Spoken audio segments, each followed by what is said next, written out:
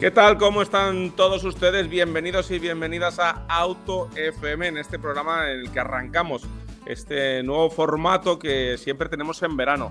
30 minutitos de actualidad, 30 minutitos hablando de motor, de movilidad, de seguridad vial, de carreras, de todo lo que nos gusta, y además 30 minutitos que también, si os apetece, podréis seguir en YouTube. En YouTube, aquí en Onda Cero y en nuestras plataformas habituales de podcast. Hoy me acompañan aquí mis escuderos. Don José Lagunar, ¿cómo estás, José? Pues muy bien, encantado de estar aquí pasando calor, eso sí, junto a nuestros oyentes. Y el gran Javier Quilón. Javi, bienvenido. Muy buenas, ¿qué tal? ¿Cómo estáis? Bueno, encantado de estar aquí con vosotros para hablar un poco de todo, que es de lo que venimos a hablar en este Noticias del Motor. ¿Ya tenéis programada el viaje a la playa o sois de los de septiembre? ¿Os habéis ido en junio? ¿Cómo lo hacéis vosotros, José? Bueno, pues yo básicamente un tópico, cuando me dice mi mujer que lo tengo que hacer, pero en fin, yo con esos 2 o 3 días en la feria de abril tengo suficientes vacaciones para todo el año. Javi, ¿paran los campeonatos en los que tú estás en DAZN? ¿Para NASCAR, para todo ese tipo de carreras? Cuando para uno, sigue otro, o sea que yo no paro en absoluto. Me escaparé algunos días a la montaña, que yo soy más de montaña. A mí la playa es un día o dos, ¿vale? Pero ya está. Bueno, pues como estamos arrancando julio, que habrá mucho que nos esté escuchando desde los coches, camino de la playa, camino de la montaña, camino del pueblo, ya sabéis, precaución, despacito, ponéis Auto FM, temperatura del coche a vuestro gusto y a funcionar. Vamos a arrancar dando un salto, como es temporada de viajes, pues vamos a viajar a Marruecos y vamos a contaros que Marruecos gana la partida en la guerra, digamos, figurada de la industria automotriz a España. Y es que Marruecos confirma su hegemonía como un gran polo de automoción que está ahí ubicado en ese norte de África. Así lo constataba el nuevo informe elaborado por Basque Trade and Investment. Es un estudio que analiza de forma exhaustiva y detallada la evolución de la industria en la región de Marruecos, ahí en el norte de África. Las oportunidades que se abren a las empresas de automoción en este lugar son muy importantes.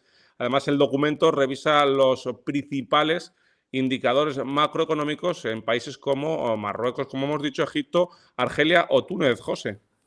Sí, pero yo creo que nos deberíamos centrar en Marruecos, primero porque le tenemos más cerca y segundo porque creo que es el mayor competidor desde hace muchos más años de los que nos imaginamos a la industria en general, pero especialmente a la automotriz. Al final, Marruecos es el primer hub estratégico africano. ¿Por qué? Pues porque tienen una política industrial encaminada a que así sea. Buscan ampliar la capacidad productiva, tienen zonas francas, tienen acuerdos de libre comercio, ojo, con la Unión Europea, con Turquía, con miembros de la Liga Árabe, y la muestra de que esto no es futuro, sino que es presente, es que industrias o empresas como Renault y Stellantis llevan ya muchísimos años fabricando coches y fabricando componentes en Marruecos que luego llevan a las plantas de producción que tienen en Europa. Así que Marruecos está compitiendo desde hace años por ser líder hegemónico en todo el Mediterráneo en lo que tiene que ver con industria. Oye, Fernando, ¿y cómo afecta la geopolítica y los aranceles al norte de África? Bueno, el norte de África está evolucionando muchísimo. Todos los amigos que viajan mucho a Marruecos, ya sabéis que en el mundo de los que somos aficionados a coches y motos, Marruecos es un destino preferente, tanto para visitar, hacer pistas, hacer dunas, hacer de todo, y cada vez ves cómo el país va avanzando, cómo los amigos que bajan te dicen, donde antes había un camino de tierra, ahora ya hay una carretera, donde antes había una carretera más o menos buena, ahora hay una autopista. Por eso, José, está claro que el país va avanzando y eso también se nota en ese día a día de la gente por allí. Y se nota también en otra variable importante. Todos tenemos en la cabeza los supuestos aranceles de Bruselas hacia las importaciones chinas. Todos tenemos claro que Donald Trump, al menos de boquilla, dice que va a haber aranceles por todos los lados. Bueno, hay aranceles o no hay aranceles, finalmente lo que está claro es que los fabricantes asiáticos ya están implantando sus fábricas en el norte de África. ¿Para qué? Pues para poder saltarse, en caso de que finalmente sean duraderas y sean efectivas esas, vamos, no vas a decir sanciones, esos aranceles excesivos, poder saltárseles, y la puerta de entrada a Europa, sin duda que lo tienen claro, es el norte de África y especialmente Marruecos. Egipto es esa baza, ¿no?, que hay en el canal de Suez. Bueno, es que hay que recordar que si se para el canal de Suez, se para el mundo directamente. El 12% del comercio global pasa por ahí. O sea, es un punto absolutamente estratégico a nivel logístico. Hace muchas décadas, muchas décadas, cuando las cosas se producían y se consumían en un mismo área geográfico, ni siquiera en un mismo país, sino en una misma región, pues todas estas variables no afectaban mucho. Hoy en día, que prácticamente cualquier producto tiene un componente que se hace en otro continente, el hecho logístico del canal de Suez es absolutamente imprescindible. Pero es que Egipto va más allá del canal de Suez. Marcas como General Motors, BMW, Hyundai, Toyota, Nissan ya tienen en ese país factorías o asociados que hacen componentes para ellos. Al final, bueno, es un país que está muy bien colocado, como también lo está España, pero que no sé muy bien por qué no termina de despuntar y siempre está ahí como que va a ser el siguiente que dé un paso adelante. Hay como un techo de cristal que no le deja seguir evolucionando, quizá porque está en una zona con una geopolítica tan complicada que seguramente desde Europa o al menos desde España no seamos capaces de comprender al 100%. ¿Y hay oportunidades para la empresa auxiliar española? Pues sí, hay oportunidades para la empresa auxiliar española y son oportunidades que ya las hemos visto en otros sectores como el agroalimentario. De la misma forma que hay muchas empresas españolas que además de tener plantas de producción en España, también las tienen en Marruecos y hace ya muchos años que Marruecos puso muchas facilidades para que el know-how español se bajara a Marruecos y produjera en Marruecos, eso mismo pasa también a nivel industrial. Hay una capacidad exportadora creciente, muy creciente. Los costes son muy competitivos frente a Asia y frente a Europa del Este. Y estamos hablando de competitivos porque las normativas medioambientales, bueno, digamos que, en fin, no sé si las hay, pero son mucho más laxas. Las normativas laborales son mucho más laxas, el coste energético es inferior, el coste de la mano de obra es inferior y para productos que se van a comercializar o se van a seguir ensamblando en Europa, claro, no tienen que venir desde China, con lo cual tiene unos costes competitivos muy importantes. Y luego que hay programas gubernamentales de incentivos.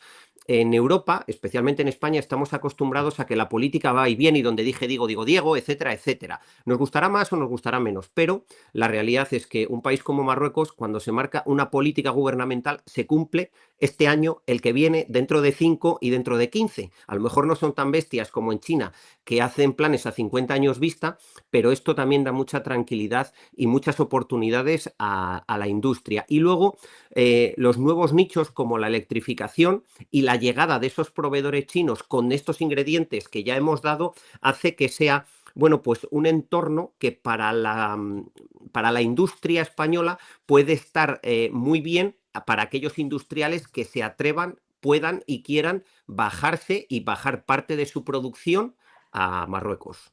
Porque tú crees, José, que en Marruecos se está también respetando las reglas del juego económico. No tiene la industria española las dudas como se tiene con China de ese apoyo gubernamental, de que los turnos de trabajo en las fábricas pues, son brutales y no pueden luchar bueno, pues con las normas que hay aquí en Europa a nivel sindical y a nivel de respeto bueno, pues de los trabajadores.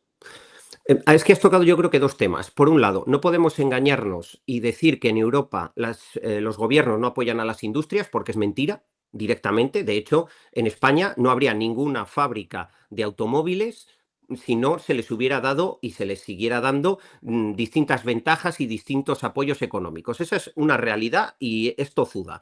Todos los gobernantes, o sea, todos los gobiernos, cada uno en la medida de lo que puede, apoya para que llegue industria a su país. Eso es una cosa. Y luego otra cosa es las reglas del juego a nivel de la salud laboral o respetar los derechos de los trabajadores. Pues hombre, pues claro que no tienen las mismas reglas de juego que nosotros. Por supuesto que no. Por eso en África hay mucha gente que prefiere venir a España, prefiere venir a Europa a buscarse la vida y a labrarse un mundo mejor. Pero también España hace muchos años hacía prácticamente todo el mundo en producción 10, 12 horas y hoy en día, pues salvo autónomos, que los autónomos como hacemos 16 horas tampoco cuenta mucho, la gente que está asalariada hace 8 horas y punto. Entonces, claro, son cosas diferentes a nivel normativo, ojo, pero también a nivel cultural. Y yo creo que en unas décadas, pues ellos irán evolucionando y irán mejorando esa calidad del trabajo y de los trabajadores. Bueno, pues ya habéis oído, ¿no? La posición que está logrando tener Marruecos ahí en el norte de África como punto de referencia industrial en automoción. Vamos a seguir con el programa, vamos a seguir con un poquito de seguridad vial, además con un coche muy interesante.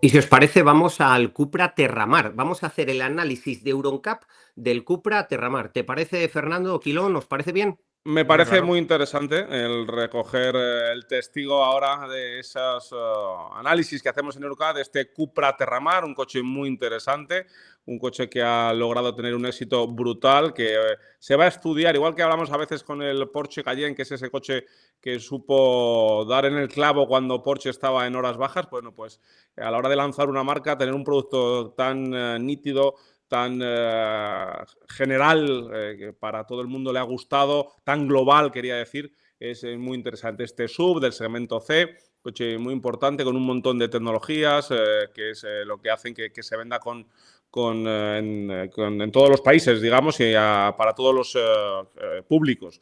Híbrido enchufable, híbridos, gasolinas, bueno, eso es un coche de combustión y electrificación. Así que vamos con el José. ¿Cuántas estrellas tiene el Cupra Terramar? Como no podía ser de otra manera, 5 estrellas EuronCap. ¿Y dónde se realizan estos test? Pues en un laboratorio que le tengo mucho cariño porque he hecho muchos crash tests allí, se llama CSI, está en Italia, es el único laboratorio acreditado en Italia para homologar coches y también para hacer los test de EuronCap. Venga, pues vamos a sacar el bisturí, José, y diseccionamos este vehículo. Hablamos de seguridad ocupante adulto del Cupra Terramar. Pues la valoración general tiene un 89%. ¿Es el coche más seguro en esta seguridad ocupante adulto, en este periplo de 2024-2025? Pues tiene una puntuación muy alta, pero no es el coche más seguro, ojo, en la parte de seguridad para ocupante adulto. Por delante tiene al Audi A6 e-tron con un 92%, al Polestar 3 con un 90%, empatado con el MG S5 EV eléctrico, el Voyage Karuge, el Tesla Model 3, el Mini Cooper el eléctrico, tienen empatados con el Terramar en 89%. Vamos ahora a conocer cómo se desarrolla el impacto frontal. La valoración del impacto frontal es 12,1 puntos frente a 16 puntos posibles. Si lo que analizamos es el impacto frontal con el 50% de solape, vemos que tiene calificación buena en el pecho del acompañante y el piloto baja a color amarillo, categoría adecuada en el pecho. También dentro de esta categoría recordar que tiene un poquito de exceso de rigidez y eso penaliza la nota, aunque la protección para los dummies que van dentro es adecuada. Este exceso de rigidez le penaliza un poco y en el impacto frontal con el 100% de solape tiene calificación buena para el piloto en el pecho, por supuesto también en la cabeza y en la pelvis, y el ocupante trasero tiene calificación baja en el pecho. Vamos a hablar ahora del impacto lateral global. Aquí tenemos 15,9 frente a 16 puntos posibles. La verdad es que está rozando el sobresaliente. En el impacto lateral con barrera móvil, el piloto tiene calificación buena en el pecho y en la cabeza. En el impacto lateral contra mástil, el piloto tiene calificación adecuada en el pecho, baja. Ahí es donde está esa décima que le baja un poquito porque adecuada es color amarillo, y en el desplazamiento al lado opuesto la calificación también es adecuada, color amarillo. Ya hemos dicho varias veces que la inmensa mayoría de los vehículos solo consiguen en esa calificación la calificación amarilla, porque al final se suele pecar para proteger bien a los ocupantes de exceso de rigidez y eso lanza hacia el lado opuesto al conductor. Oye, José, ese airbag central delantero que nos ayuda a que las cabezas de los ocupantes delanteros no choquen en un golpe, sobre todo lateral, ¿lo incorpora este Cupra Terramar? No solo lo incorpora, sino que además funciona bien, porque hay que recordar a los oyentes que hay algunos coches que sí tienen ese airbag, pero no funciona lo suficientemente bien como para que lo puntúe adecuadamente EuronCap. ¿Y cómo se puntúa el alcance, José? Bueno, en este caso tiene 3,9 puntos frente a 4 puntos posibles. El asiento delantero se desmonta del coche, se monta en un patín de ensayos y ahí es donde se hacen los ensayos. Calificación buena. Y los asientos traseros, no se rompe el coche, no se somete a ningún ensayo, sino que es un ensayo estático geométrico el que nos da también la calificación buena.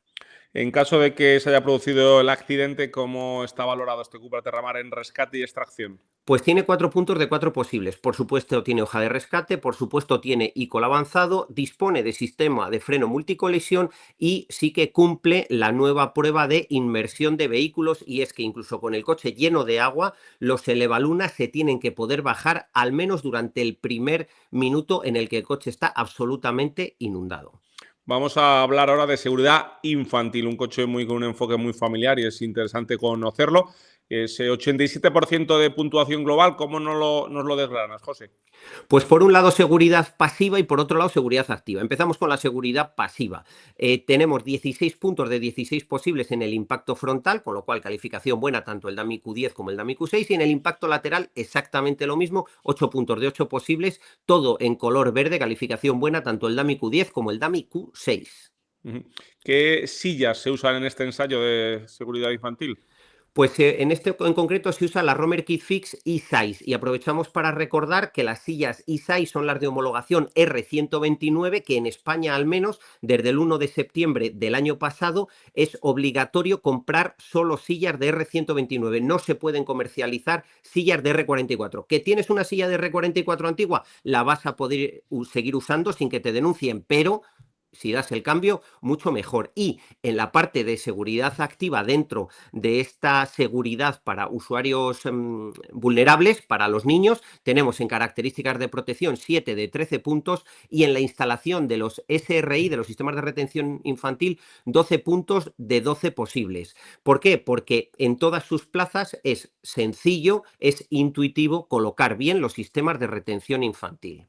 ¿Esas plazas traseras tienen detección de presencia de niños para que no se produzca ningún olvido inesperado? Sí. Tienen las 3 plazas traseras la detección de niños para intentar evitar desgracias que ya hemos comentado muchas veces en Auto FM. Venga, pues vamos a hablar ahora de cómo se comporta en la protección para los usuarios vulnerables de la vía. Tenemos nuevamente seguridad pasiva por un lado y seguridad activa por otro. La pasiva, cuánto es capaz de proteger el coche en caso de atropello. Y aquí tenemos 29,7 puntos frente a 36 puntos posibles. Bueno, pues está muy bien, ¿no? En esos usuarios vulnerables de la vía. ¿Vamos ya con asistentes a la conducción? Si te parece, antes de eso, hablamos de seguridad activa para usuarios vulnerables de la vía, que lo que trata es de evitar ese atropello con 22,1 puntos frente a 27 puntos posibles. Y aquí desgranamos muy rápidamente el asistente de frenada autónoma de emergencia para peatones, 6,3 frente a 9 puntos, el asistente de frenada autónoma de emergencia para ciclistas, 7,8 frente a 8 puntos posibles, la prevención de apertura de puertas, 0 puntos. ¿Qué quiere decir esto? Que él no va a detectar si viene una moto o viene un coche cuando tú quieres abrir la puerta, y sí vas a tener que estar atento al retrovisor. Y el asistente de frenada autónoma de emergencia para motocicletas tiene 2 categorías. En la primera, 6 puntos de 6 posibles, y en la detección de motocicletas en sentido perpendicular tiene 2 de 3 puntos posibles. Vamos, pues ya ahora sí, con los asistentes a la conducción. Es que tienes muchas ganas de que hablemos de los HADAS. Hay que recordar una cosa, los HADAS, pues cada fabricante les llama de una manera. Hay fabricantes que dicen que tienen 17 HADAS, 18, 20, 25. EuroNCAP mide 4 HADAS siempre de la misma forma para poder medir y comparar con el resto de vehículos. Entonces, aquí tenemos 76% de puntuación global y el asistente de velocidad puntúa 1,9 frente a 3 puntos posibles, el control del estado del conductor 1,3 frente a 3 puntos posibles, el asistente de cambio de carril 2,5 frente a 3 puntos posibles y el asistente de frenada autónoma de emergencia coche a coche 8,2 frente a 9 puntos posibles. ¿Qué quiere decir esto? Pues que Cupra no ha dado tanta importancia a desarrollar asistentes como el control del estado del conductor o el asistente de velocidad, y sí ha dado mucha importancia y mucha inversión al asistente de frenada autónoma de emergencia coche a coche. Vamos entonces ahora a hablar ya para cerrar, para que nos cuente José a qué velocidad funcionan, o mejor dicho, desde qué velocidad funcionan en el Cupra Terramar estos sistemas, estos AEBs. Bueno, voy a lanzar yo la pregunta a Quilón. Quilón, nosotros cuando empezamos a andar y vamos despacito, ¿a qué velocidad vamos aproximadamente como peatones? A unos 5 kilómetros por hora, ¿no? Más o menos 4,5, 4,6, depende de la persona y depende del Depende de la paso, prisa ¿no? que tengas. Efectivamente, sí. Digamos que si voy yo con prisa, pues tardo la mitad de lo que nos dice Google Maps, pero Google Maps detecta que más o menos es a 5 kilómetros por hora como iniciamos a andar. Y por eso prácticamente todos los fabricantes, en concreto Cupra también, empieza a funcionar todos sus sistemas de AEB a partir de 5 kilómetros por hora. Solo hay algún fabricante que empieza un poquito antes, que empieza con 4 kilómetros por hora, y luego hay varios también que empiezan a partir de 7 kilómetros por hora. Entiendo que porque los programadores que hacen eso son altos y además son de andar rápido. Pero otra cosa también muy importante es el sistema redundante para que funcione bien el sistema de frenado autónomo de emergencia, y es que Cupra cuenta con cámaras y con radar. ¿Qué quiere decir esto? Pues que si las condiciones meteorológicas son muy adversas, va a detectar antes el radar que la cámara, y si las condiciones climatológicas son muy buenas, va a detectar antes la cámara que el radar. Pero que una de las dos cosas va a detectar para intentar, en la medida de lo posible, evitar ese accidente. Venga, José, pues vamos con esa valoración global y cerramos con este análisis del Cupra Terramar. Pues mira, es un coche que además, como le he probado, no voy a ser del todo objetivo, porque es que va tan bien, dinámicamente va tan bien, que me cuesta trabajo ponerle un pero. Ahora, si cogemos los datos en la mano, es cierto que en la parte de seguridad pasiva lo hace muy bien, en la de seguridad infantil lo hace perfectamente bien, y donde le queda un poquito de mejorar es en la parte de los HADAS, que es una cuestión de software, de desarrollo y de dónde pone la inversión el fabricante. Pero insisto, es que va tan bien dinámicamente, Fernando, que me cuesta mucho poner pegas a este coche. Bueno, pues ya lo habéis oído, Cupra Terramar, que efectivamente a nivel dinámico se nota que es una marca con carácter deportivo y es una marca que los coches es un gusto y un placer conducirlos. Cerramos aquí por hoy. La semana que viene más seguridad vial con José Lagunar y damos un saltito ahora para hablar un poquito más de carreras.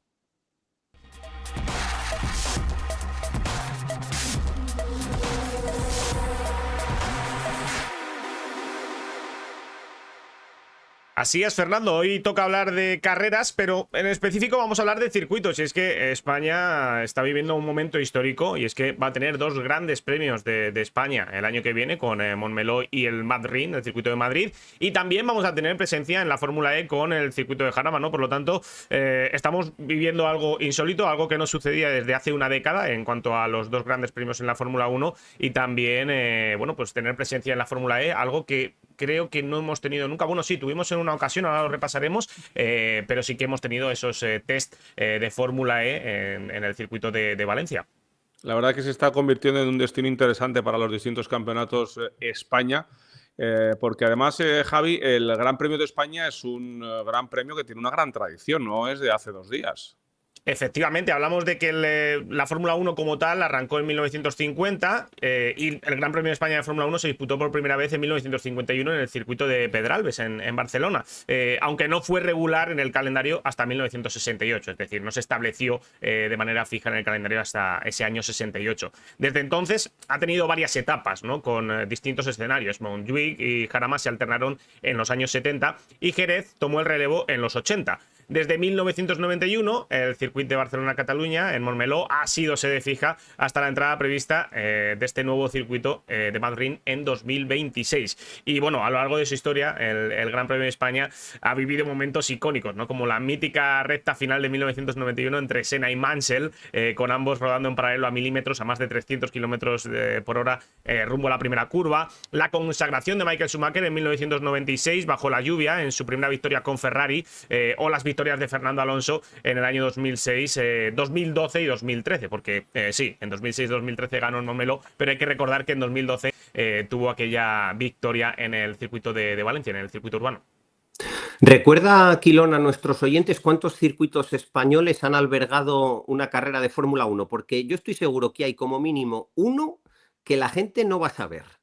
Bueno, hemos hablado un poco ahora por encima de todos ellos. Hay que mencionar que por un lado está el Gran Premio de España y por otro lado el Gran Premio de Europa, y España ha albergado el Gran Premio de Europa, así que vamos a incluir estos circuitos también dentro. Hemos hablado de Pedralbes, hemos hablado de Montjuic, que fue un trazado urbano espectacular y peligroso, y que acomodó el Gran Premio de España en los años impares de los años 70, es decir, en el 71, 73, 75, y bueno, se abandonó tras un trágico accidente en el año 1975. El Jarama, en Madrid, albergó el Gran Premio de España en los años pares, desde el 68 hasta el 81, y su carrera más recordada fue en 1981 con una defensa legendaria de Villeneuve frente a una fila de coches que venían mucho más rápido por detrás. Jerez, en Cádiz, organizó el Gran Premio de España entre 1986 y 1990, y posteriormente fue sede del Gran Premio de Europa en el 94 y 97, este último marcado por el famoso choque de Michael Schumacher y Jacques Villeneuve, que bueno, propició la exclusión del alemán de la carrera y del campeonato. Bueno, y luego también hemos tenido en España algún circuito urbano. Sí, efectivamente, hemos tenido el Valencia Street Circuit, que acogió el Gran Premio de Europa también entre los años 2008 y 2012, un trazado urbano en el puerto de la ciudad en 2012, y en 2012 Fernando Alonso logró una de sus victorias más celebradas con Ferrari. ¿Por qué? Porque salía un décimo, la clasificación del sábado fue horrible, salía un décimo y se dio una remontada increíble con adelantamientos, que no es aquello de una remontada que se da porque sale un safety car en un momento oportuno, no, adelantamientos de verdad muy muy buenos del piloto español, y que, bueno, yo diría que es una de las mejores victorias de Fernando Alonso, no con Ferrari, sino en su trayectoria. Montmeló, que bueno, ya sabemos es el más conocido, es la sede del Gran Premio de España desde 1991, lo es en la actualidad y ha sido el trazado más longevo en la historia reciente del país y uno de los principales puntos de test invernales. Y bueno, por último, no hemos competido todavía allí, pero lo vamos a hacer. El Madrid, previsto para 2026, será el nuevo hogar del Gran Premio de España, con un diseño semiurbano en torno a IFEMA, y supone la vuelta de la Fórmula 1 a la capital después de más de 40 años, después de ese 1981 que celebró el Gran Premio de España en Jarama. Otra pregunta para recordar y sobre todo para ganar en el trivial. ¿España ha tenido alguna vez 2 citas en el calendario? Sí, de manera simultánea sí, la ha tenido en el año 2008 y 2012, es decir, desde el año 2008 y 2012, fue la última vez que España tuvo 2 grandes premios en la misma temporada. Sí que es cierto que fue Gran Premio de España y Gran Premio de Europa, como hemos dicho antes, porque Valencia, digamos, albergaba el Gran Premio de Europa, pero sí tuvimos entre esos años pues dos citas españolas, ¿no? Aquel año fue muy especial, el del año 2012, como decíamos, por la gran remontada de Fernando Alonso, y luego en 2013, digamos que el GP Europa, o mejor dicho, Valencia dejó de albergar el Gran Premio de Europa, que desapareció del calendario por razones económicas, y desde entonces, pues bueno, España solo ha tenido una carrera anual en Montmeló, pero bueno, eso cambiará el año que viene con la llegada de Madrid. Vamos a disfrutar mucho el año que viene. Vamos a saltar ahora, Javi, si te parece, la Fórmula E. ¿Cómo hemos tenido ahí la presencia española a nivel de circuitos? Bueno, como yo decía, el primer EPRIX en España fue en el año 2021 en el circuito Ricardo Tormo de Valencia, sustituyendo el EPRIX de París por la pandemia, y fue el primer EPRIX en un circuito permanente, porque ya sabéis que los circuitos de la Fórmula E normalmente son en entornos urbanos, pero este fue el primero que se hizo en un circuito permanente. En 2024 las pruebas de pretemporada también se trasladaron de Valencia al Jarama por las inundaciones en Valencia, por la Dana, que vivimos hace poco, y la experiencia en Jarama gustó tanto que para la temporada 2025-2026 en la Fórmula E volverá a Madrid con el EPRIX en un histórico circuito. Eso te iba a decir, que a la gente de la Fórmula E le encantó lo cerquita que está del aeropuerto el circuito, lo diferente que es, porque ni es un circuito urbano, ni es un circuito con muchísimo espacio, es un circuito angosto, pequeño, con zonas de subida, de bajada, y es un circuito muy, muy especial, así que yo creo que va a ser un fin de semana muy interesante del Jarama con la Fórmula E, ¿eh? Sí, desde luego que va a ser especial. Además, España no solo ha gozado de grandes premios y de EPRIX, sino que también ha gozado de test, ¿no? El circuito de Barcelona-Cataluña ha sido sede principal de los test de pretemporada en Fórmula 1 durante muchos años, también Jerez, y luego hemos dicho, ¿no?, que el circuito Ricardo Tormo de Valencia, aunque albergó una carrera en el 2021 de la Fórmula E, también ha estado como circuito de los test invernales de la categoría desde el año 2017. Chicos, nos vamos, que nos pilla el toro. Ya sabéis que esto lo hacemos también en radio y el tiempo en la radio es el que es. José Lagunar, Javier Quilón, muchas gracias, y a todos vosotros, nuestros oyentes, ya sabéis que nos tenéis en cualquier plataforma de podcast, en YouTube y aquí, en Onda Cero.